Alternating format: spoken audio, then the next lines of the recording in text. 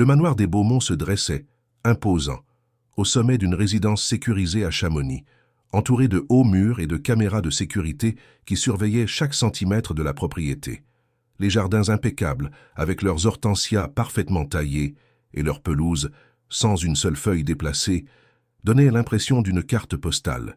Mais ceux qui connaissaient la maison de l'intérieur savaient que cette beauté extérieure cachait un environnement étouffant, où le silence pesait comme une brume permanente. Rodolphe Beaumont, un homme d'affaires de 52 ans qui avait bâti un empire dans le secteur de la technologie, y vivait avec sa fille, unique Isabelle, une fillette de 8 ans dont les yeux bruns ne semblaient jamais se fixer sur rien de précis. La petite passait ses journées assise dans un fauteuil près de la grande fenêtre du salon, serrant contre elle un lapin en peluche usé par le temps, ses petites mains caressant les oreilles du jouet, tandis que la lumière du soleil dessinait des motifs sur le parquet qu'elle ne pourrait jamais voir. Du moins, c'est ce que tout le monde croyait. Depuis la naissance d'Isabelle, diagnostiquée avec une cécité congénitale dès les premières semaines de sa vie, Rodolphe avait transformé la maison en une sorte de clinique privée. L'accouchement avait été compliqué, et Marianne, son épouse, n'avait pas survécu aux complications post-partum, laissant l'homme d'affaires dévasté et rongé par un sentiment de culpabilité qui le consumait jour après jour. Il s'était convaincu qu'il avait échoué avec sa famille, d'abord en ne parvenant pas à sauver sa femme, puis en ne pouvant pas rendre la vue à sa fille. Cette culpabilité l'avait poussé à établir une routine obsessionnelle de soins médicaux, de consultations hebdomadaires et d'une administration rigoureuse de collyres prescrits par le docteur Fernand Mercier, un ophtalmologiste renommé de Paris, qui avait promis de suivre le cas personnellement. 3 fois par jour, tous les jours, sans exception, Isabelle recevait les gouttes dans les yeux, un rituel qui se répétait depuis 8 ans avec la précision d'une horloge suisse. La maison fonctionnait comme une machine bien huilée, avec une équipe d'employés qui suivaient des protocoles stricts. Des thérapeutes rendaient visite à Isabelle quotidiennement pour des séances de stimulation sensorielle et de développement cognitif. Des professeurs particuliers enseignaient par le toucher et l'ouïe. Des nutritionnistes planifiaient chaque repas. Et des médecins, toujours des médecins, entraient et sortaient avec leurs mallettes et leurs stéthoscopes, prenant des notes dans des dossiers interminables. Mais aucun d'eux ne semblait réellement voir Isabelle comme une enfant, seulement comme un cas clinique à gérer. La fillette était polie et obéissante, répondant quand on l'appelait, mangeant sans se plaindre, acceptant les collyres sans résistance. Son monde était fait de sons et de textures, de voix qui venaient et allaient, de mains qui la guidaient d'une pièce à l'autre. Elle connaissait la maison par le nombre de pas nécessaires pour aller de chaque endroit, par le grincement spécifique de chaque porte, par le parfum différent de chaque personne qui passait par là. Ce fut un après-midi de mars, alors que les premières pluies de la saison commençaient à rafraîchir l'air de la montagne, que tout commença à changer. Rodolphe devait embaucher une nouvelle employée de maison, l'ancienne ayant déménagé pour s'occuper de sa mère malade en Bretagne. Après plusieurs entretiens qui l'avaient laissé insatisfait, il rencontra finalement Marine Dubois, une femme de 32 ans, mince, aux cheveux bruns attachés en un chignon simple et aux yeux observateurs qui semblaient capter chaque détail autour d'elle. Il y avait quelque chose dans son regard qui transmettait autant de souffrance que de détermination, un mélange que Rodolphe ne sut pas bien interpréter. Marine venait d'un passé difficile, élevée dans un orphelinat à Paris après que son père l'eut abandonné bébé et que sa mère eut disparu sans laisser de traces.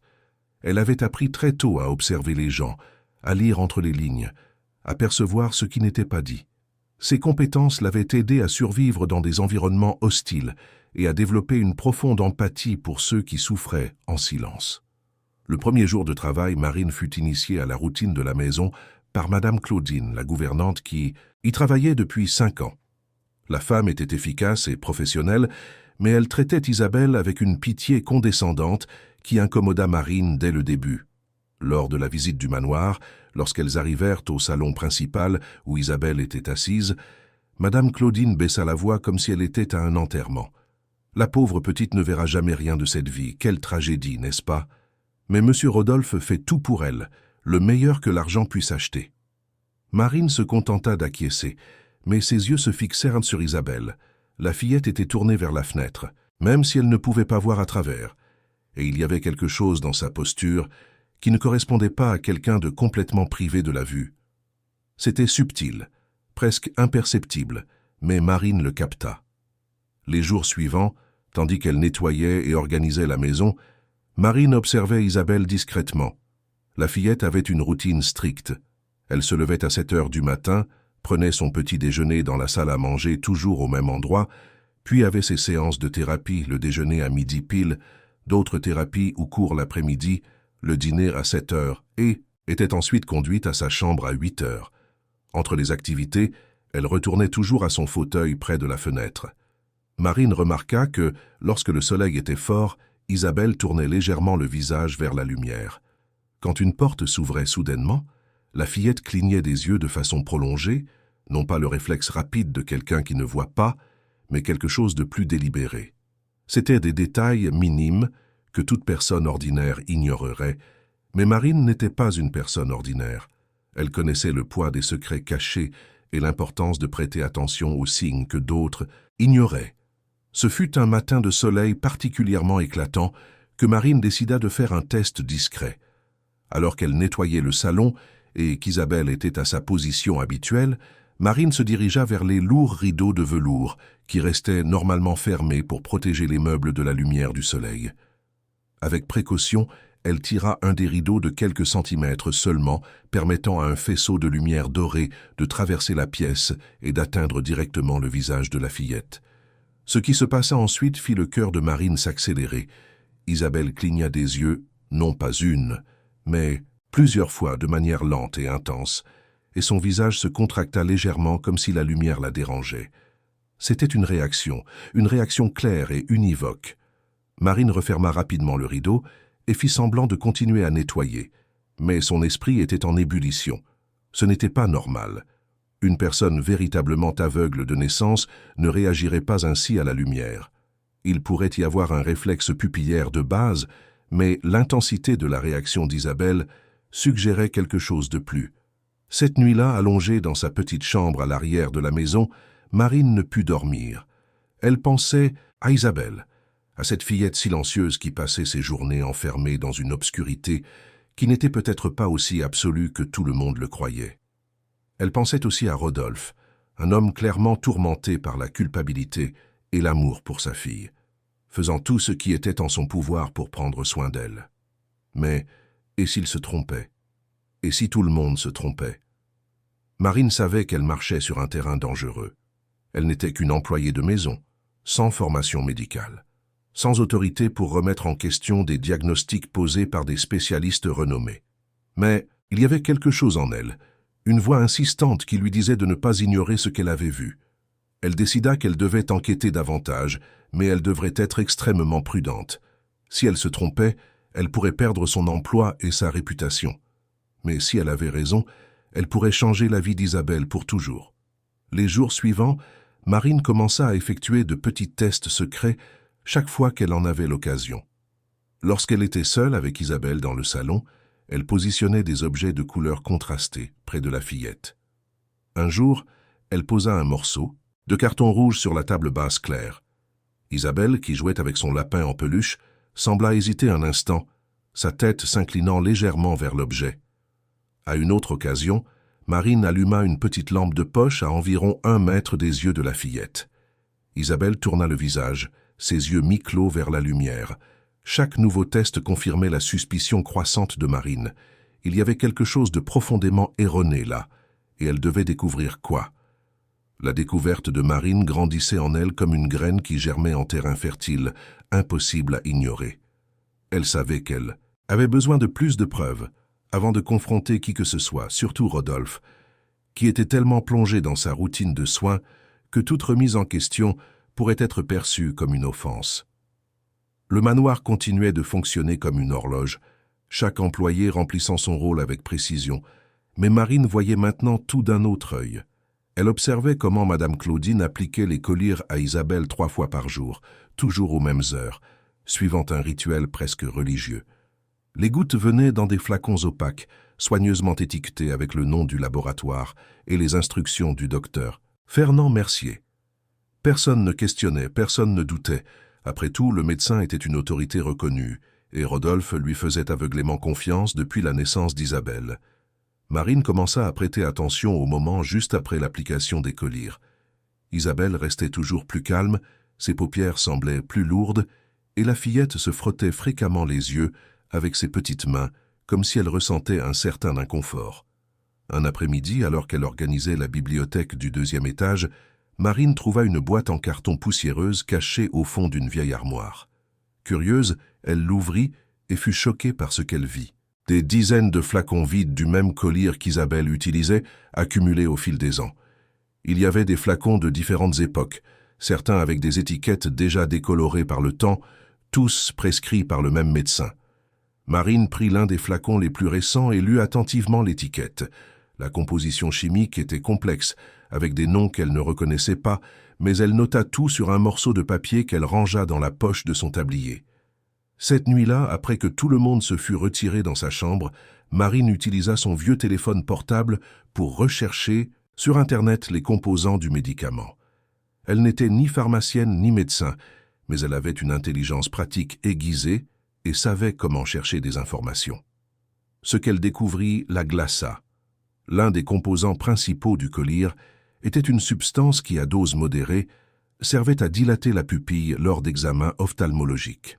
Mais plusieurs articles scientifiques avertissaient que l'utilisation prolongée et à des doses élevées de cette substance pouvait provoquer une dilatation pupillaire extrême et permanente, entraînant une sensibilité absurde à la lumière et une difficulté sévère à focaliser les objets. En d'autres termes, cela pouvait simuler des symptômes de cécité, fonctionnels chez quelqu'un qui, en réalité, aurait la capacité de voir. Marine lut et relut les informations, son cœur battant la chamade. Il était possible qu'Isabelle ne soit pas réellement aveugle, mais maintenue dans un état de cécité artificiellement induite par les médicaments mêmes qui devaient la traiter. La révélation était terrifiante et en même temps libératrice. Si Marine avait raison, cela signifiait que 8 années de la vie d'Isabelle avaient été volées par un traitement frauduleux. Mais cela signifiait aussi qu'il y avait de l'espoir, que la fillette pourrait retrouver la vue si elle cessait d'utiliser cette médication. Le problème était de savoir comment le prouver sans mettre Isabelle en danger et sans passer pour une folle qui remettait en question des années de traitement médical spécialisé. Marine savait qu'elle devait être stratégique. Elle avait besoin d'une preuve incontestable, quelque chose qui ferait que Rodolphe remette en question tout ce qu'il croyait. Et elle avait une idée de comment y parvenir, mais ce serait risqué. Quelques jours plus tard, un après-midi tranquille, Marine trouva l'occasion qu'elle attendait. Rodolphe était à Paris pour une réunion importante et ne reviendrait pas avant le soir. Madame Claudine était sortie faire des courses dans le centre de Chamonix et les thérapeutes avaient déjà terminé leur séance de la journée. Marine était seule avec Isabelle dans le salon. La fillette était dans son fauteuil habituel, le lapin en peluche sur les genoux, le visage tourné vers la fenêtre couverte par les lourds rideaux. Marine prit une profonde inspiration, sortit une lampe de poche qu'elle avait gardée dans la poche de son tablier et s'approcha lentement. « Isabelle, ma chérie, tu m'entends bien, n'est-ce pas ?» La fillette acquiesça un petit mouvement de tête. Marine continua, la voix douce mais ferme. « Je vais faire un test avec toi, d'accord? Ça ne fera pas mal, je te le promets. J'ai juste besoin que tu me dises ce que tu ressens. » Marine alluma la lampe de poche et positionna le faisceau de lumière directement devant le visage d'Isabelle, à environ 30 cm de distance. La réaction fut immédiate et univoque. Isabelle cligna rapidement des yeux, tourna le visage sur le côté et leva une de ses mains pour protéger ses yeux, exactement comme n'importe quelle personne le ferait en étant surprise par une lumière forte. « Il y a de la lumière », murmura la fillette, sa voix fine mais claire. « Il y a une lumière très forte. » Marine sentit un nœud dans la gorge et ses yeux s'embuaient. Elle éteignit la lampe de poche et s'agenouilla devant Isabelle, tenant doucement les petites mains de la fillette. « Tu peux voir la lumière, Isabelle ? Tu vois. » La fillette semblait confuse, ses sourcils froncés. « Mais je ne vois pas, tante Marine. Papa et les médecins disent que je ne verrai jamais. » Marine serra les mains de la fillette plus fort. « Je sais ce qu'ils ont dit, ma chérie. Mais peut-être qu'ils se trompent. Peut-être que tu peux voir, oui. » Le moment fut interrompu par le son de la porte d'entrée qui s'ouvrait. Marine se leva rapidement, cachant la lampe de poche dans sa poche. C'était Rodolphe, qui était rentré plus tôt que prévu. Il entra dans le salon à pas pressés, le visage fatigué et tendu. En voyant Marine près d'Isabelle, il fronça les sourcils. Il s'est passé quelque chose. Marine hésita une seconde, mais vit alors l'expression confiante d'Isabelle, qui s'était levée du fauteuil.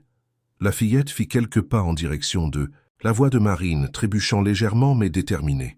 « Papa, tante Marine m'a montré une lumière, et j'ai vu, papa, j'ai vu la lumière. » Rodolphe resta paralysé, ses yeux alternant entre sa fille et Marine. « Qu'as-tu fait ?» demanda-t-il, la voix basse mais chargée d'émotion.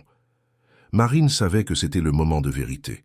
Elle pouvait reculer, s'excuser et dire que ce n'était qu'une plaisanterie innocente où elle pouvait faire le pas suivant et tout risquer. Elle choisit la vérité.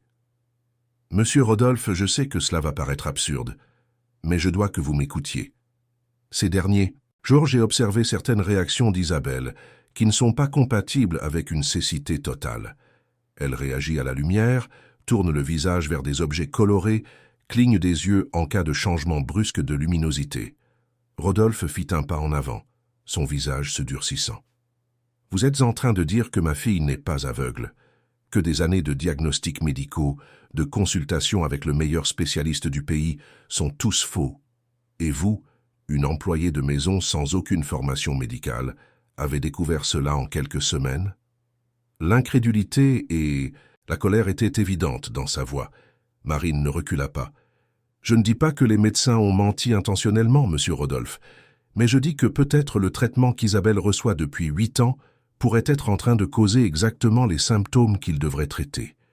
J'ai trouvé une boîte pleine de flacons vides, des collyres qu'elle utilise. J'ai fait des recherches sur les composants et j'ai découvert que l'utilisation prolongée peut provoquer une dilatation pupillaire extrême et une sensibilité à la lumière qui simule la cécité. S'il vous plaît, considérez simplement la possibilité que quelque chose ne va pas. » Rodolphe regarda Isabelle qui était toujours debout, ses mains tendues cherchant Marine. La fillette semblait effrayée par la tension dans l'air. « Papa, j'ai vu la lumière, » répéta-t-elle, la voix tremblante. « Je jure que j'ai vu. » L'homme d'affaires sentit le sol s'ouvrir sous ses pieds. Pendant 8 ans, il avait construit toute sa vie autour du diagnostic de cécité d'Isabelle. Chaque décision, chaque routine, chaque sacrifice avait été basé sur cette certitude absolue. Et maintenant, une employée qu'il connaissait à peine suggérait que tout aurait pu être une terrible erreur, ou pire, une fraude. Il regarda Marine, les yeux déterminés de cette femme qui osait défier des années de médecine spécialisée. Et puis, il regarda Isabelle, sa fille bien-aimée, l'enfant qu'il avait juré de protéger de tout. Le doute, cette petite graine de doute, commença à grandir dans son cœur. Et si Marine avait raison? Et si lui, dans sa tentative désespérée de prendre soin de sa fille, avait permis que sa véritable vision lui soit volée? Le silence qui s'installa dans le salon était dense comme la brume qui recouvrait Chamonix les matins froids. Rodolphe resta immobile, traitant les paroles de Marine tout en observant Isabelle, qui gardait toujours les mains tendues à la recherche de l'employé. La fillette semblait plus alerte que jamais, comme si quelque chose s'était éveillé en elle. L'homme d'affaires ressentit un tourbillon d'émotions. De la colère que quelqu'un ait l'audace de remettre en question des années de traitement médical. La peur que tout ce qu'il avait construit pour protéger sa fille soit basé sur un mensonge. Et, par-dessus tout, une dangereuse étincelle d'espoir qu'il tentait désespérément d'étouffer avant qu'elle ne le consume complètement. Car l'espoir, quand il n'était pas réciproque, était la douleur la plus cruelle qui existait. Marine garda son regard ferme, attendant. Elle savait qu'elle avait franchi une ligne dangereuse, mais elle ne pouvait plus revenir en arrière. Il y avait quelque chose de plus grand en jeu que son seul emploi. C'était la vie d'une enfant, une vie entière qui aurait pu être différente. « Monsieur Rodolphe, » dit-elle d'une voix calme mais déterminée, « je comprends que c'est difficile à accepter. Mais, et si nous faisions un test? Et si ce soir, nous n'appliquions pas les collyres à Isabelle? Juste aujourd'hui pour voir s'il y a un changement. Qu'avons-nous à perdre avec une nuit ?» Rodolphe la regarda comme si elle avait suggéré quelque chose d'absurde. « Vous êtes folle. Je ne peux pas simplement interrompre un traitement prescrit par un médecin. » Marine fit un pas en avant. « Avec tout le respect que je vous dois, monsieur, Mais Isabelle utilise cette médication depuis 8 ans. Une nuit sans les collyres ne causera aucun dommage irréversible, mais cela pourrait nous donner des réponses. L'homme d'affaires passa sa main sur son visage, fatigué. Il regarda Isabelle qui s'était maintenant assise dans le fauteuil, le lapin en peluche serré contre sa poitrine. La fillette semblait sentir la tension et était plus calme que d'habitude. Rodolphe pensa à toutes les années qu'il avait passées à administrer ce traitement avec une discipline militaire. Il pensa au docteur Fernand Mercier, l'ophtalmologiste qu'il avait rencontré juste après la naissance d'Isabelle et en qui il avait placé une confiance absolue.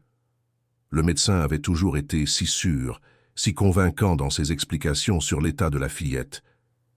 Mais, et ce si faisait mal comme une blessure ouverte, et si tout avait été une farce? D'accord, dit-il finalement. Sa voix rauque. Une nuit, juste une nuit sans les collyres. Mais s'il n'y a aucun changement, vous ne toucherez plus jamais à ce sujet. Compris? Marine acquiesça, soulagée. Compris, monsieur. Cette nuit-là, pour la première fois en 8 ans, Isabelle alla se coucher sans recevoir les gouttes dans les yeux. La fillette fut surprise par la rupture de la routine et demanda le médicament, mais Rodolphe inventa une excuse quelconque sur le flacon étant vide et un nouveau arrivant le lendemain. Isabelle accepta sans poser de questions, comme elle acceptait toujours tout. Après que la fillette se fut endormie, Rodolphe resta assis dans le fauteuil de sa propre chambre, incapable de dormir. Son esprit ne s'arrêtait pas, revisitant chaque consultation médicale, chaque conversation avec le docteur Mercier, chaque moment où il avait appliqué ces maudits collyres pensant aider sa fille. La culpabilité qu'il portait déjà pour la perte de sa femme se mêlait maintenant à une nouvelle culpabilité potentiellement dévastatrice. Et s'il avait été un complice involontaire du vol de la vue d'Isabelle? Marine non plus ne put dormir. Elle savait qu'elle avait misé gros et que sa présence dans cette maison dépendait des événements des prochaines heures. Mais elle ne regrettait pas. Il y avait quelque chose chez Isabelle qui avait profondément touché son cœur, peut-être parce qu'elle voyait en la fillette un reflet d'elle-même. Elle aussi avait été abandonnée, laissée pour compte, forcée de vivre dans un monde qu'elle n'avait pas choisi. Et si elle pouvait donner à Isabelle quelque chose qu'elle-même n'avait jamais eu, une chance de voir la vérité, alors cela en vaudrait tous les risques. Marine pensa à son amie Patricia, qui travaillait comme infirmière dans un hôpital à Paris. Patricia avait accès à des laboratoires et connaissait des gens qui pourraient analyser cette médication. Si elle pouvait obtenir un échantillon, elle pourrait avoir des preuves concrètes. Mais d'abord, elle devait voir si l'absence des collyres pendant une nuit ferait une différence. Le matin arriva avec le chant des oiseaux et la douce lumière de l'aube entrant par les fenêtres. Rodolphe se leva dès qu'il entendit les premiers sons provenant de la chambre d'Isabelle. Il s'y rendit et trouva la fillette déjà éveillée, assise sur le lit se frottant les yeux. « Bonjour ma fille », dit-il en s'approchant. « Comment as-tu dormi ?» Isabelle sourit, mais il y avait quelque chose de différent sur son visage. Ses yeux semblaient moins opaques, plus ciblés. « J'ai bien dormi, papa, mais mes yeux sont bizarres. Ils ne sont pas lourds comme d'habitude. » Rodolphe sentit son cœur s'accélérer. Il s'agenouilla devant le lit et observa les yeux de sa fille. Les pupilles étaient encore dilatées, mais pas autant que d'habitude. Il y avait une différence subtile, mais perceptible. Marine apparut à la porte de la chambre, tenant un plateau avec le petit déjeuner d'Isabelle. Elle et Rodolphe échangèrent un regard lourd de sens. L'homme d'affaires lui fit signe d'entrer. Marine posa le plateau sur la table de chevet et s'assit sur le bord du lit. « Isabelle, ma chérie, je vais faire un test avec toi, d'accord ?» La fillette acquiesça, confiante. Marine prit le lapin en peluche qui était à côté du lit et le tint à environ 1 demi-mètre du visage d'Isabelle. « Tu vois quelque chose ?» Isabelle fronça les sourcils, concentrée. Elle cligna des yeux plusieurs fois, ses mains bougeant légèrement comme si elle voulait atteindre quelque chose. « Il y a une ombre, » dit-elle, la voix hésitante. « Une ombre sombre, devant mon visage. » Rodolphe dut s'asseoir car ses jambes fléchirent. Isabelle n'avait jamais rien décrit visuellement auparavant. Sa vie avait toujours été faite de sons, d'odeurs et de touchés. Les ombres n'existaient pas dans son vocabulaire car les ombres supposaient la lumière, et la lumière supposait la vision. Marine déplaça le lapin sur le côté et Isabelle tourna la tête en suivant le mouvement. « L'ombre bouge », dit la fillette, maintenant plus animée. Elle va par là. Elle pointa dans la bonne direction, ses yeux essayant de se focaliser sur l'objet. Rodolphe couvrit son visage de ses mains, et Marine vit ses épaules trembler. Elle toucha doucement le bras de l'homme d'affaires. « Monsieur Rodolphe, je connais quelqu'un qui peut nous aider. Une amie à moi qui travaille dans le domaine de la santé. Si nous pouvons lui obtenir un échantillon du médicament pour qu'elle l'analyse, nous pourrons être sûrs de ce qui se passe. » Rodolphe leva le visage, et Marine vit des larmes couler sur ses joues. « Faites ce qu'il faut, » dit-il, la voix étranglée. « Découvrez la vérité. J'ai besoin de savoir ce qu'ils ont fait à ma fille. » Marine acquiesça et se leva. Elle savait exactement où trouver ce dont elle avait besoin. Elle se dirigea vers l'armoire, où Madame Claudine gardait les fournitures médicales d'Isabelle, et prit l'un des flacons de collyre qui était encore fermé. Elle le rangea dans son sac et, lorsque Rodolphe était distrait à consoler Isabelle, elle envoya un message rapide à Patricia expliquant la situation et demandant une aide urgente. La réponse vint quelques minutes plus tard. Patricia, toujours serviable, dit qu'elle pourrait la rencontrer le week-end à Chamonix et emporter l'échantillon pour analyse dans un laboratoire fiable. Les jours suivants furent un mélange de tension et d'espoir.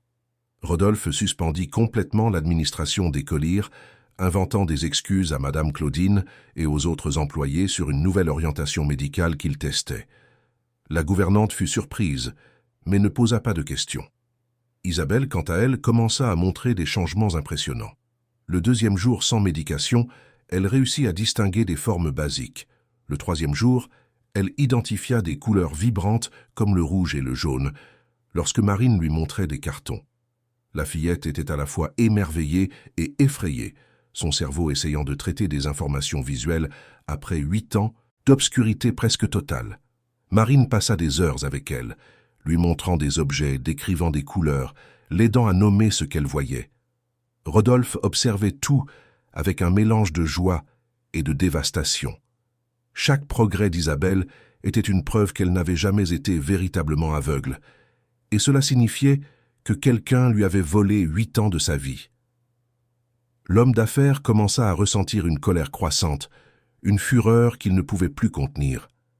Il pensait au docteur Fernand Mercier, à l'homme en qui il avait fait aveuglément confiance, qui visitait régulièrement le manoir, qui recevait des paiements généreux pour ses consultations. Tout cela aurait-il été une fraude depuis le début? Et si oui, pourquoi? Quel genre de monstre ferait cela à une enfant innocente? Rodolphe savait qu'il avait besoin de réponses, mais il savait aussi qu'il avait besoin de preuves solides avant d'agir. Il était un homme d'affaires prospère parce qu'il avait appris à être stratégique, à ne pas agir par impulsion. Et maintenant, plus que jamais, il avait besoin de cette froideur calculatrice. Le samedi matin, Patricia arriva à Chamonix au volant de sa voiture compacte, empruntant les routes sinueuses de la montagne. C'était une femme de 40 ans, aux cheveux gris attachés en une queue de cheval pratique, avec le regard attentif de quelqu'un qui avait passé des décennies à prendre soin de patients et avait appris à identifier ce qui n'allait pas, même quand personne d'autre ne le voyait. Marine l'attendait au portail du manoir, et les deux femmes s'étreignirent avec l'affection de celles qui partageaient une histoire de lutte et de dépassement. Patricia avait connu Marine à l'orphelinat, où elles avaient toutes deux grandi, et au fil des ans, elles avaient gardé le contact, se soutenant mutuellement dans les moments difficiles. Quand Marine expliqua la situation par téléphone, Patricia n'hésita pas à aider. Elle connaissait des histoires de fautes médicales et savait que, malheureusement, il y avait des professionnels sans scrupules qui placèrent le profit au-dessus du bien-être des patients. Marine emmena Patricia dans un café en ville, loin du manoir, où elles purent parler en privé. Elle lui remit le flacon de collyre et lui raconta tout en détail. Les réactions d'Isabelle à la lumière, les recherches qu'elle avait faites sur les composants, l'amélioration spectaculaire de la fillette, les jours sans médication. Patricia écouta attentivement, prenant des notes dans un petit carnet. Quand Marine eut fini, l'infirmière prit le flacon et examina attentivement l'étiquette. « Ça, ce n'est pas un collyre ordinaire pour la cécité congénitale, » dit-elle en fronçant les sourcils. « Cette composition est extrêmement agressive. C'est le genre de choses que nous utiliserions dans des cas très spécifiques, et pour de courtes périodes. Jamais, au grand jamais, pendant 8 années consécutives. Marine sentit un frisson lui parcourir l'échine. Alors ma suspicion est correcte, Isabelle pourrait être maintenue dans une cécité artificielle. Patricia soupira profondément. Je ne peux pas confirmer sans analyse de laboratoire, mais tout indique que oui. Je vais emporter ça dans un laboratoire que je connais à Paris. J'ai un ami chimiste qui me doit quelques faveurs. Il pourra faire une analyse complète de la composition et du dosage. Les deux femmes retournèrent au manoir, où Patricia fut présentée à Rodolphe. L'homme d'affaires était visiblement ébranlé, les yeux gonflés de nuit sans sommeil, mais il y avait une détermination de fer sur son visage. Il serra la main de Patricia avec force. « Merci de votre aide, dit-il simplement. » L'infirmière acquiesça. « Je ferai tout ce qui est en mon pouvoir. Mais je dois vous avertir que s'il y a vraiment quelque chose qui ne va pas avec ce médicament, vous allez remuer un dangereux nid de guêpes. Des médecins comme celui-ci ont souvent des connexions puissantes et des ressources pour se protéger. » Rodolphe redressa les épaules. « Je me fiche de qui il connaît ou de son pouvoir. Si cet homme a délibérément nui à ma fille, je détruirai chaque parcelle de sa vie. » La colère dans sa voix était palpable. Patricia passa quelques heures au manoir, examinant Isabelle avec l'autorisation de Rodolphe. Elle effectua des tests simples de réponse visuelle, utilisant des lampes de poche de différentes intensités et des objets colorés. La fillette réagissait à tous, bien que de manière limitée. Ses pupilles restaient plus dilatées que la normale, probablement en raison des années d'exposition aux médicaments, mais commençait à retrouver une taille plus appropriée. Patricia nota tout méticuleusement. Avant de partir, elle appela Marine et Rodolphe pour une conversation privée dans la bibliothèque. « Écoutez, vous devez être très prudent à partir de maintenant, » dit-elle, la voix grave. « Si ce médecin découvre que vous enquêtez, il pourrait tenter de se protéger. Et les gens désespérés font des choses désespérées. Ne faites confiance à personne d'autre qu'à vous-même, tant que nous n'avons pas de preuves concrètes. » Le lundi, Patricia appela avec les premiers résultats. Le laboratoire avait confirmé que le dosage des composants actifs dans le collyre était absurdement supérieur aux normes recommandées. La substance utilisée pour la dilatation pupillaire était présente à une concentration 5 fois plus élevée que ce qui serait considéré comme sûr même pour un usage temporaire. Le chimiste qui avait analysé l'échantillon avait été choqué et avait dit que l'utilisation prolongée de ce médicament pourrait causer des dommages permanents à la vision, en plus de créer une dépendance artificielle au traitement. C'était exactement ce que Marine avait soupçonné. Rodolphe écouta le rapport par téléphone et sentit ses jambes fléchir à nouveau. Il était assis dans son bureau, la porte verrouillée, et quand il raccrocha le téléphone, un cri de rage et de douleur s'échappa de sa gorge. Comment quelqu'un pouvait-il faire cela? Comment un médecin, quelqu'un qui avait juré de protéger et de guérir, pouvait-il délibérément causer autant de souffrance à une enfant innocente? Marine frappa à la porte, inquiète du cri. Rodolphe ouvrit, le visage rouge de fureur contenue. « Nous avons les preuves, » dit-il, la voix tremblante. « Ce misérable empoisonnait ma fille. » Marine toucha son bras. « Maintenant, nous devons décider quoi faire. Allons à la police. Allons au ministère public ?» Rodolphe secoua la tête. « Pas encore. D'abord, je dois comprendre l'étendue de cela. Isabelle a-t-elle été la seule victime ou y a-t-il d'autres enfants qui souffrent? Et je dois trouver ce médecin. J'ai découvert qu'il ne consulte plus au cabinet où il allait habituellement. En fait, il a un peu disparu de la scène publique ces derniers mois. » Marine fronça les sourcils. « Ce n'est pas suspect. Les personnes coupables ont tendance à fuir avant que la vérité n'éclate. » Rodolphe était déjà en train d'allumer son ordinateur. « Je vais utiliser toutes les ressources dont je dispose pour le trouver.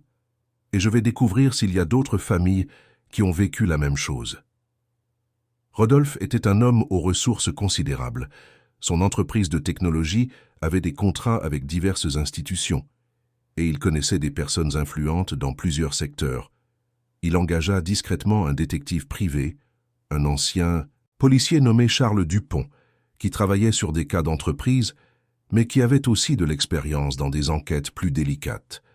Charles était un homme de 55 ans, aux cheveux gris, de constitution athlétique, et un regard qui ne laissait rien échapper. Lorsque Rodolphe expliqua la situation, l'enquêteur fut visiblement perturbé. « J'ai 2 petits-enfants, monsieur Beaumont, » dit-il, la voix grave. L'idée que quelqu'un fasse cela à un enfant me rend malade.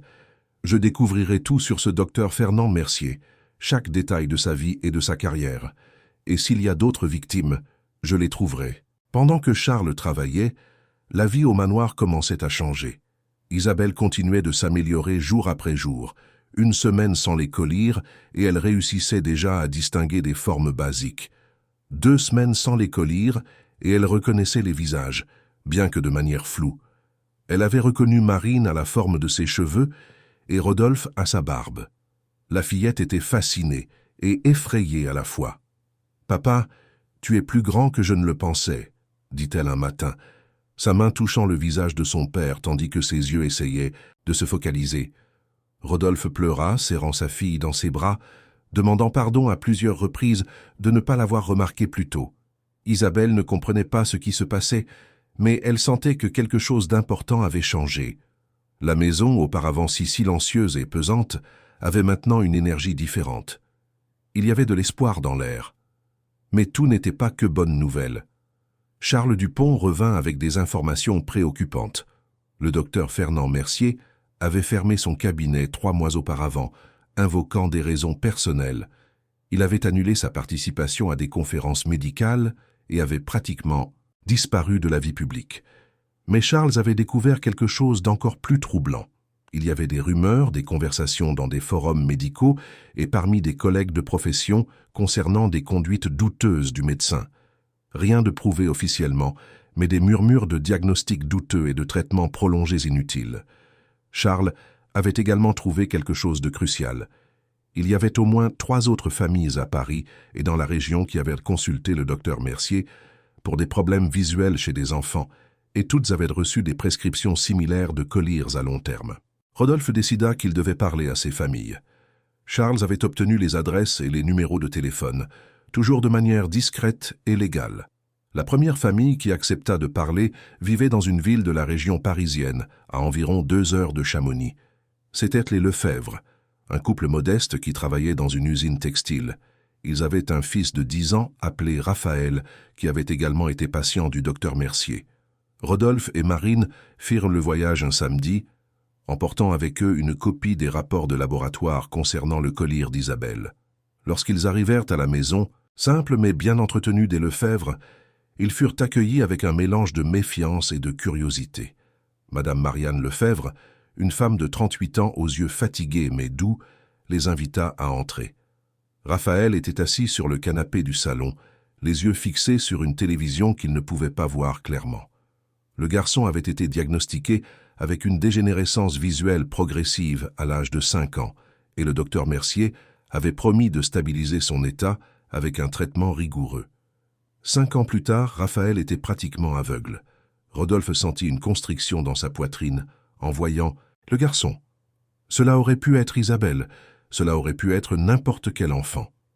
Il expliqua son histoire aux Lefebvre, montra les rapports, décrivit la récupération d'Isabelle. Madame Marianne commença à pleurer silencieusement. Son mari, Joseph Lefebvre, un homme aux larges épaules et aux mains calleuses par le travail, serra les poings. « Cet homme a volé la vue de mon fils, » dit-il, la voix rauque de colère contenue. « Nous lui avons fait confiance. Nous avons dépensé tout ce que nous avions et n'avions pas en consultation et médicaments.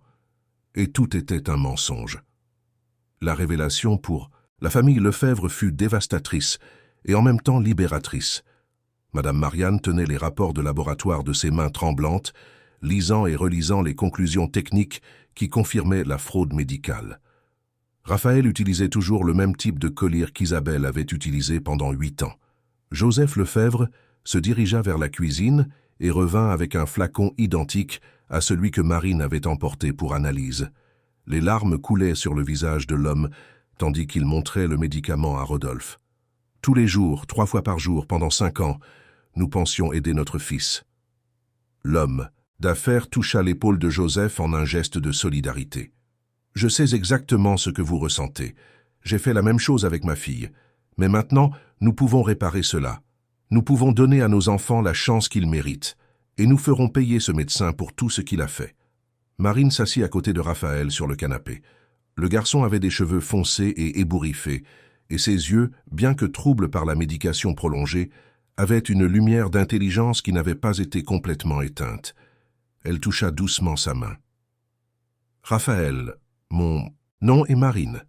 Je m'occupe d'une fillette qui a vécu la même chose que toi. Elle s'améliore beaucoup depuis qu'elle a arrêté d'utiliser le médicament. Tu aimerais essayer aussi ?» Raphaël tourna le visage dans la direction de sa voix. « Je peux m'améliorer? Je peux revoir ?»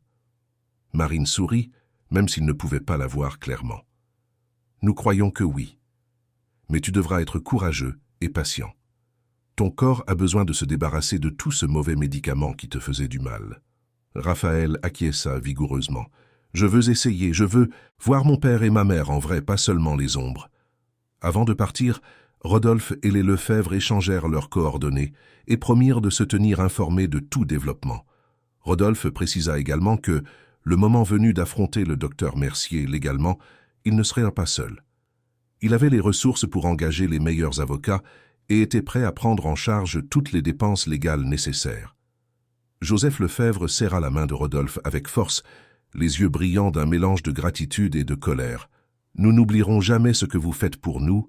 Ce médecin paiera même si c'est la dernière chose que je ferai de ma vie. » Rodolphe acquiesça. « Il paiera, ça je le promets. » Pendant le voyage de retour vers Chamonix, Marine et Rodolphe restèrent silencieux longtemps, chacun traitant ce qu'ils avaient découvert. La situation était encore plus grave qu'ils ne l'imaginaient. Ce n'était pas seulement Isabelle. Il y avait d'autres enfants, d'autres familles détruites par la cupidité d'un seul homme. Les jours suivants, quelque chose d'inattendu commença à se produire. Rodolphe et Marine commencèrent à recevoir des appels téléphoniques étranges, toujours de numéros inconnus, toujours le même message, menaçant. Une voix masculine, déformée par un modulateur, leur disait d'arrêter de poser des questions, de laisser le passé là où il était, de ne pas causer de problèmes inutiles. La première fois que cela arriva, Marine était seule dans la cuisine, préparant le dîner d'Isabelle. Le téléphone fixe de la maison sonna et elle décrocha. La voix à l'autre bout était froide et calculatrice. « Vous devriez vous occuper de vos affaires, jeune femme. Certaines choses sont plus grandes que vous. Abandonnez avant de vous blesser. » Marine sentit un frisson lui parcourir l'échine, mais elle ne montra pas de peur. « Qui êtes-vous? Que voulez-vous » La voix rit un son désagréable. « Vous savez déjà ce que nous voulons. Arrêtez de fouiner. » Et puis la communication fut coupée. Marine le raconta immédiatement à Rodolphe, qui fut furieux. « Ils nous surveillent, » dit-il, faisant les 100 pas dans son bureau. « Ils savent que nous enquêtons et ils essaient de nous faire peur. » Marine croisa les bras. « Alors, nous sommes sur la bonne voie. S'il n'y avait rien à cacher, ils n'auraient pas besoin de recourir aux menaces. » Rodolphe acquiesça, mais augmenta la sécurité du manoir. Il engagea plus de gardes, installa des caméras supplémentaires et donna instruction à tous les employés de signaler toute activité suspecte. Madame Claudine et les autres employés commencèrent à poser des questions sur le climat de tension dans la maison, mais Rodolphe se contenta de dire que c'était des précautions temporaires dues à des problèmes de sécurité d'entreprise. Il ne voulait pas impliquer plus de personnes que nécessaire tant qu'il n'aurait pas suffisamment de preuves pour agir. Les menaces ne cessèrent pas. Des voitures sombres commencèrent à apparaître à proximité du manoir, stationnées à des endroits stratégiques, observant les allées et venues.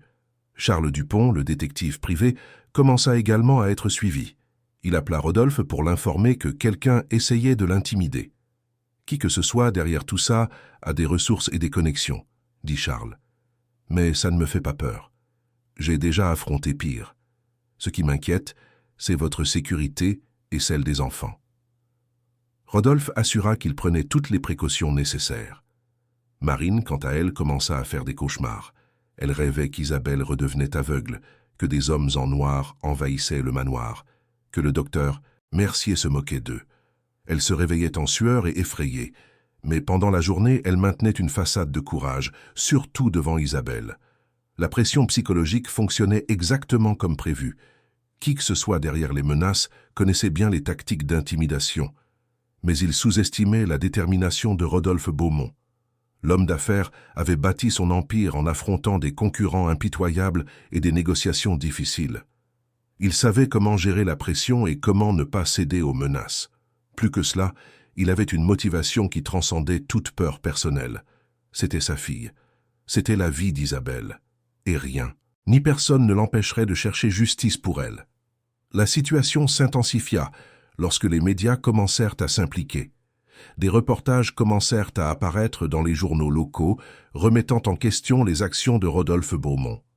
Des articles plantés par des sources anonymes l'accusaient de négliger la santé de sa fille, de faire des expériences dangereuses en suspendant des traitements médicaux prescrits, d'inventer une amélioration inexistante juste pour attirer l'attention et la sympathie du public. Marine vit l'un de ces reportages dans un journal en ligne et sentit son sang bouillir. « Comment osent-ils » dit-elle, montrant l'article à Rodolphe. « Ils essaient de détruire votre réputation pour que personne ne vous croie, quand la vérité éclatera. » Rodolphe lut l'article avec une expression de pierre. C'était une diffamation bien élaborée, mélangeant des demi-vérités avec des mensonges complets. Le texte suggérait qu'il était un père désespéré et illusoire, qui mettait sa fille en danger en ignorant les conseils médicaux spécialisés. Il y avait même des citations de médecins anonymes remettant en question sa santé mentale et son jugement. C'était un coup bas et efficace. Les gens qui ne connaissaient pas l'histoire complète croiraient facilement à ce récit. Cela confirme que « nous avons affaire à quelque chose de grand », dit Rodolphe, sa voix calme mais les yeux brûlants de détermination.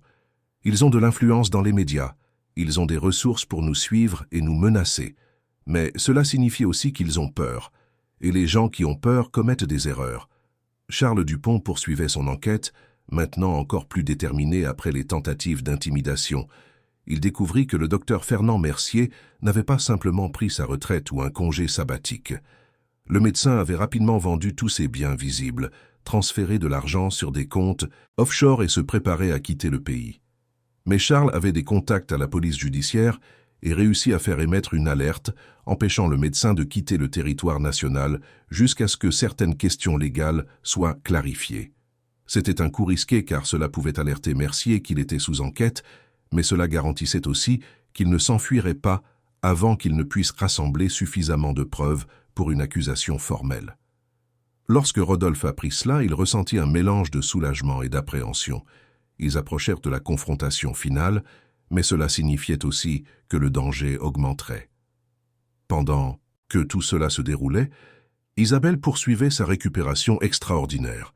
2 semaines sans les collyres, et elle parvenait déjà à lire de grandes lettres, à identifier des personnes à courte distance et à distinguer des objets en mouvement.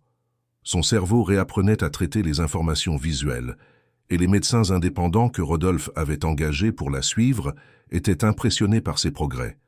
Un ophtalmologiste éthique nommé Dr Robert Pinson examina Isabelle et confirma qu'elle n'avait jamais été véritablement aveugle. La cécité congénitale diagnostiquée à la naissance était probablement une erreur, ou pire, un mensonge délibéré. Les examens montraient que les structures oculaires d'Isabelle étaient intactes et fonctionnelles, juste gravement endommagées par des années d'utilisation du médicament falsifié. Avec un traitement approprié et du temps, elle pourrait retrouver presque toute sa capacité visuelle. Raphaël Lefebvre avait également commencé son processus de récupération. Ses parents, suivant les orientations de Rodolphe et des médecins qui l'avaient indiqué, suspendirent les collyres et le garçon montrait déjà des signes d'amélioration. L'espoir était revenu dans la famille Lefebvre. Marine visitait fréquemment leur maison, créant une amitié profonde avec Madame Marianne. Les 2 femmes, si différentes dans leurs histoires mais si semblables dans leur courage, devinrent d'importantes alliées. Elles savaient que le chemin à parcourir serait difficile, qu'elles feraient face à plus de menaces et de tentatives d'intimidation, mais elles savaient aussi qu'elles ne pouvaient pas abandonner. Il y avait des vies en jeu, non seulement celles d'Isabelle et de Raphaël, mais peut-être celles d'autres enfants qui étaient encore trompés par le même stratagème frauduleux. Le moment décisif arriva lorsque Charles Dupont réussit finalement à localiser le docteur Fernand Mercier. Le médecin était caché dans un appartement discret à Nice, sur la côte méditerranéenne, essayant d'organiser de faux documents pour fuir le pays par des voies illégales. Charles informa immédiatement les autorités et Rodolphe, qui décida qu'il était temps de tout porter devant le ministère public. Il rassembla toutes les preuves qu'il avait collectées. Les rapports de laboratoire montrant la falsification délibérée du médicament, les témoignages de la famille Lefebvre et de 2 autres familles qui avaient été retrouvées et étaient également victimes du même stratagème. Les relevés bancaires montrant des transferts suspects, les enregistrements des menaces téléphoniques et même les reportages diffamatoires qui pouvaient être tracés jusqu'à des agences de presse liées à un grand laboratoire pharmaceutique qui produisait le médicament frauduleux. Marine était avec Rodolphe lorsqu'il remit le dossier complet à la procureure Hélène Moreau, une femme de 45 ans connue pour son intégrité et pour ne pas céder aux pressions politiques ou corporatives. Hélène était grande, aux épaules solides, aux cheveux courts et gris et aux yeux qui semblaient voir à travers n'importe quel mensonge. Elle analysa le matériel pendant des heures, posant des questions détaillées, vérifiant chaque document, chaque rapport, chaque témoignage. Quand elle eut terminé, elle regarda Rodolphe avec une expression grave. « Monsieur Beaumont, ce que vous m'avez apporté ici n'est pas seulement un cas d'erreur médicale isolée. C'est un stratagème criminel qui implique la fraude, la falsification de documents médicaux, la falsification de médicaments et probablement la corruption à plusieurs niveaux. Les personnes derrière cela ont beaucoup d'argent et de nombreuses connexions. Êtes-vous sûr de vouloir aller de l'avant? Savez-vous ce que vous affrontez ?» Rodolphe n'hésita pas. « J'en suis absolument sûr, Madame la procureure Moreau. Ma fille a passé 8 ans à vivre dans une obscurité qui n'avait pas besoin d'exister. D'autres enfants souffrent de la même chose maintenant. Je ne m'arrêterai pas tant que tous les responsables n'auront pas payé pour cela. » La procureure acquiesça, respectant la détermination de l'homme d'affaires. « Très bien, je vais ouvrir une enquête formelle. Je vais demander des mandats de perquisition et de saisie. Je vais convoquer des expertises techniques indépendantes et je vais m'assurer que ce médecin ne fuit pas le pays. Mais je dois vous avertir qu'à partir de maintenant, vous et votre famille serez encore plus exposés. Ces personnes tenteront tout pour se protéger. » Marine, qui était assise à côté de Rodolphe, parla pour la première fois. « Nous sommes déjà menacés depuis des semaines. Ils ont déjà essayé de nous intimider, de nous diffamer, de nous effrayer. Mais nous sommes toujours là, et nous continuerons jusqu'au bout. » Hélène sourit pour la première fois, admirant le courage de cette jeune femme. « Vous êtes plus courageux que beaucoup de gens qui passent par ici. Je ferai mon travail et je veillerai à ce que justice soit rendue. » La dénonciation éclata dans les médias en quelques jours. Le parquet émit un communiqué officiel sur l'ouverture de l'enquête et des journalistes honnêtes commencèrent à enquêter par eux-mêmes, découvrant des détails sordides supplémentaires du stratagème. Le docteur Fernand Mercier fut arrêté lors d'une opération de la police judiciaire à Nice, tentant d'embarquer sur un bateau privé à destination de la Suisse. Des images de lui menotté et emmené dans la voiture de police circulèrent sur toutes les chaînes de télévision et les réseaux sociaux. Le laboratoire pharmaceutique qui produisait le médicament falsifié vit ses opérations suspendues, et ses dirigeants furent convoqués pour déposer. L'histoire prit une ampleur nationale et l'émotion publique fut immense. Des parents de tout le pays commencèrent à remettre en question les traitements que leurs enfants recevaient, cherchant des deuxièmes avis médicaux, exigeant de la transparence. Rodolphe et Marine devinrent des figures publiques du jour au lendemain. Ils donnèrent des interviews à des émissions de télévision toujours accompagnées d'Isabelle, qui parvenait maintenant à voir suffisamment bien pour reconnaître les visages et sourire aux caméras. La fillette devint un symbole d'espoir et de résistance. Son histoire émut des millions de personnes. Les tentatives antérieures de diffamation de Rodolphe furent rapidement démenties lorsque la vérité éclata, et il reçut des excuses publiques de certains des médias qui avaient publié les articles montés. Les Lefebvre furent également invités à parler de leur expérience, et Raphaël, qui continuait de s'améliorer, pleura devant les caméras lorsqu'il réussit à voir le visage de sa mère pour la première fois clairement. Madame Marianne le serra si fort que les gens chez eux pleurèrent aussi en regardant. Le procès eut lieu 6 mois plus tard, dans un tribunal de Paris bondé de journalistes, de victimes et de curieux.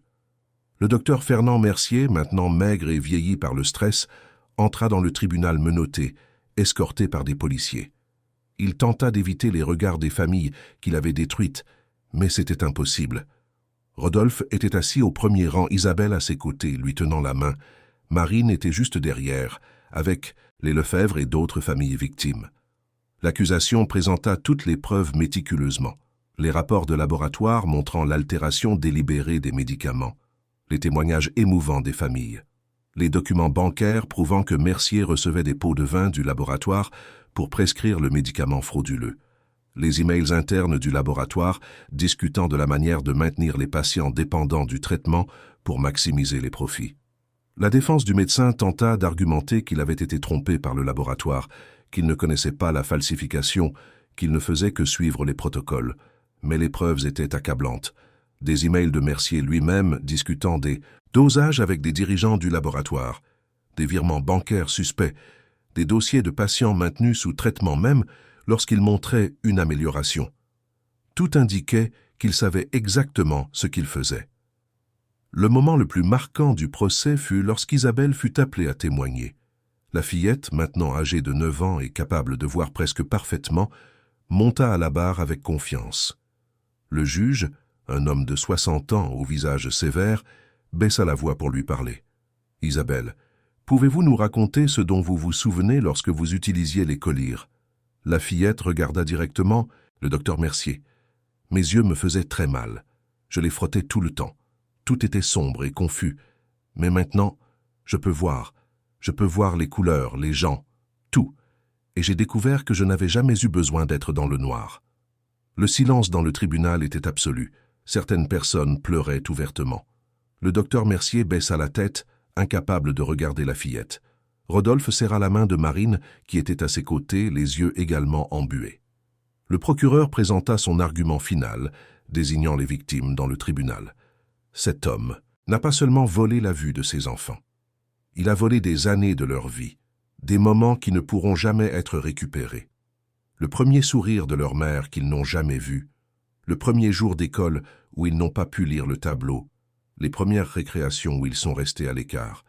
Tout cela par cupidité, pour de l'argent. Il a trahi le serment qu'il a fait en tant que médecin et a détruit la confiance que ses familles ont placée en lui. La justice exige qu'il paie pour chaque vie qu'il a ruinée. Le jury délibéra pendant seulement 3 heures. Le verdict fut unanime, coupable de toutes les accusations, fraude médicale, falsification de documents, association de malfaiteurs, coups et blessures graves, entre autres. La sentence fut sévère. Le docteur Fernand Mercier fut condamné à 15 ans de prison, perdit définitivement sa licence médicale, fut contraint de payer des millions d'euros d'indemnisation aux familles victimes et tous ses biens furent confisqués. Le laboratoire pharmaceutique fut également lourdement sanctionné, ses dirigeants furent poursuivis pénalement et l'entreprise dut cesser ses activités en France. La répercussion de l'affaire entraîna des changements législatifs, avec des lois plus strictes sur le contrôle des médicaments et des traitements à long terme, en particulier ceux impliquant des enfants. Les ordres des médecins de tout le pays renforcèrent les protocoles d'éthique et créèrent des canaux de signalement pour les patients qui soupçonneraient une faute professionnelle. L'histoire d'Isabelle devint un jalon dans la lutte contre les fraudes médicales en France. Des mois après le procès, le manoir des Beaumont à Chamonix était méconnaissable.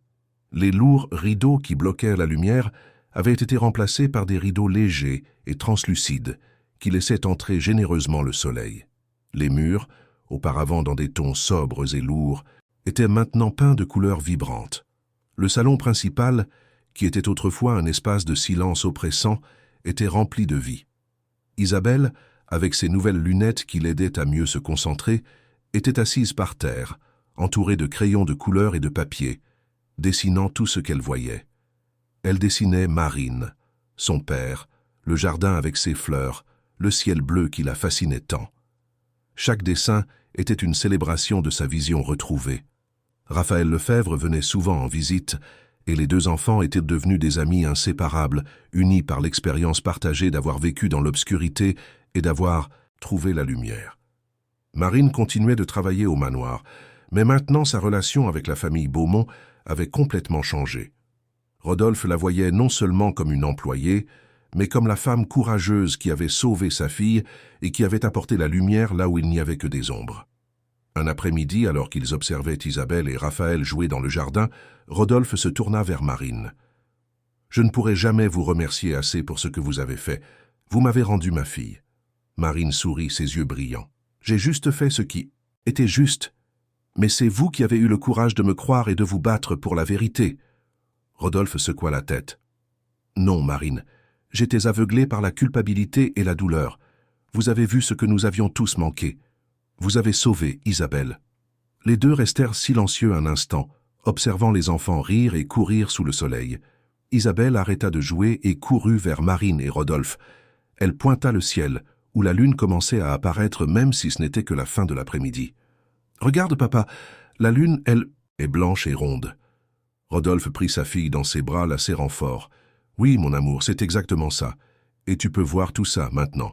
Pour toujours. » Isabelle serra le cou de son père, puis tendit un bras vers Marine, qui s'approcha et compléta l'étreinte. « Merci, tante Marine, » murmura la fillette, « pour m'avoir aidé à voir. » Marine embrassa le front d'Isabelle, incapable de retenir ses larmes. « De rien, ma chérie. De rien. » À ce moment-là, tandis que le soleil se couchait sur Chamonix, peignant le ciel de tons oranges, ces roses qu'Isabelle pouvait enfin apprécier, le manoir des Beaumont cessa d'être une forteresse de silence et de douleur pour devenir un foyer d'espoir et de renouveau. L'histoire d'Isabelle, Marine, Rodolphe et de toutes les familles impliquées a prouvé que la vérité trouve toujours un chemin vers la lumière, peu importe la profondeur de l'obscurité qui tente de la cacher. Elle a prouvé que le courage d'une personne peut changer le destin de beaucoup d'autres. Et elle a prouvé que lorsque l'amour et la détermination s'unissent dans la quête de justice, même les stratagèmes les plus cruels et les mieux élaborés peuvent être démantelés. Le manoir résonnait maintenant des rires d'enfants, des conversations animées, de l'énergie vibrante de la vie pleinement vécue. Et les nuits claires, quand Isabelle regardait par la fenêtre de sa chambre, elle voyait les étoiles briller dans le ciel, chacune d'elles un petit miracle qu'elle n'avait jamais cru pouvoir témoigner.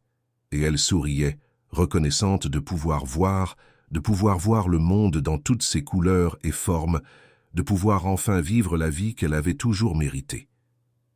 Fin de l'histoire. Chers auditeurs, nous espérons que l'histoire d'Isabelle, Marine et Rodolphe a profondément touché vos cœurs.